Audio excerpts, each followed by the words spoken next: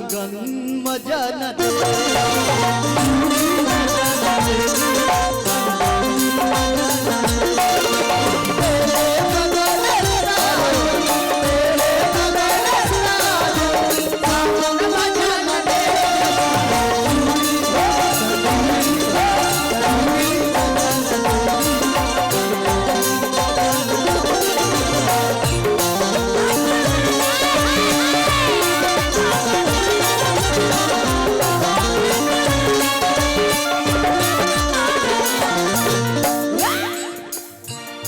एगो भैया के फरमाइश बा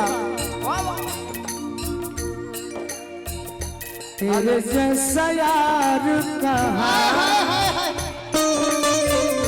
तेरा मेरा अफसाना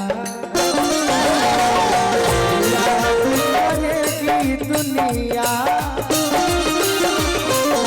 तेरा मेरा यार मेरी जिंदगी में आए मुझको गले लगाए मेरी जिंदगी में आए मुझको गले लगाए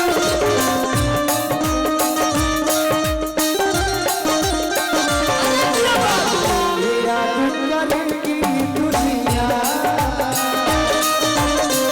तेरा मेरा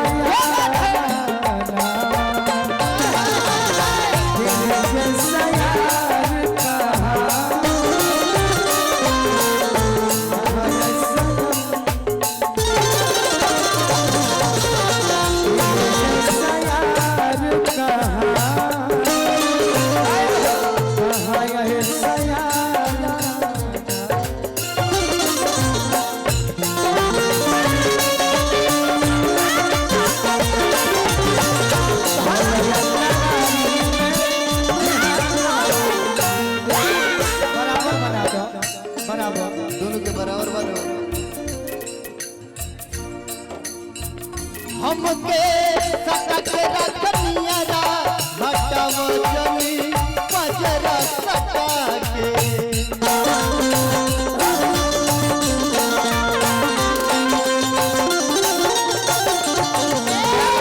हमके हटाव जमिया रा सकाव जमी पजरा हटा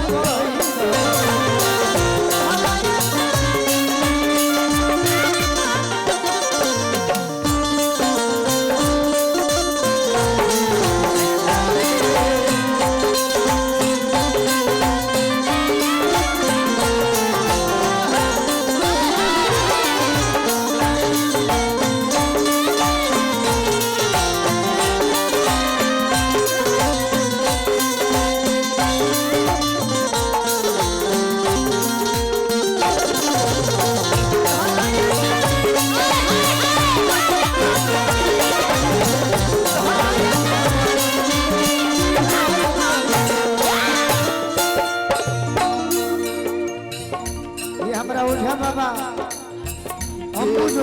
तुम मेरी मुहाबत हो तक तुम मेरी मुहाबत हो राती के खतनी से उपटल पतारा कहे नहीं खतू हमार बुझत ये पारा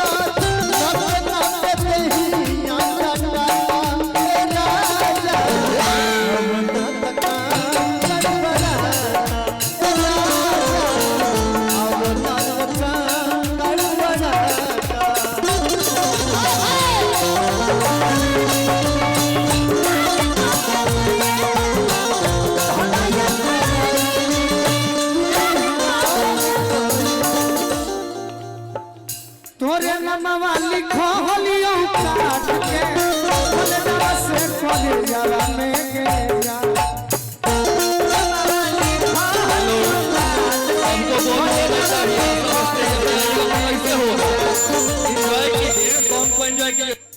सबको स्टेज पे आना है। हेलो बॉन्सर कहाँ है? कहाँ गए बॉन्सर साहब?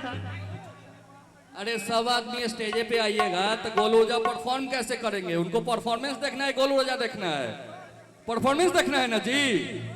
उनका गाना सुनना है ना, स्टेज पे नहीं ना आना है तो बस स्टेज पे नहीं आइए, सब आदमी पीछे चलिए। तो एकदम पीछे चलिए, गोलू राजा का गाना सुनिए। एकदम पीछे चलिए सब आदमी प्लीज, तब ये गाना सुन पाइएगा, ना तो यहाँ पर अरे भाई फोटो भी हो जाएगा। चलिए सब आदमी स्टेज से पीछे।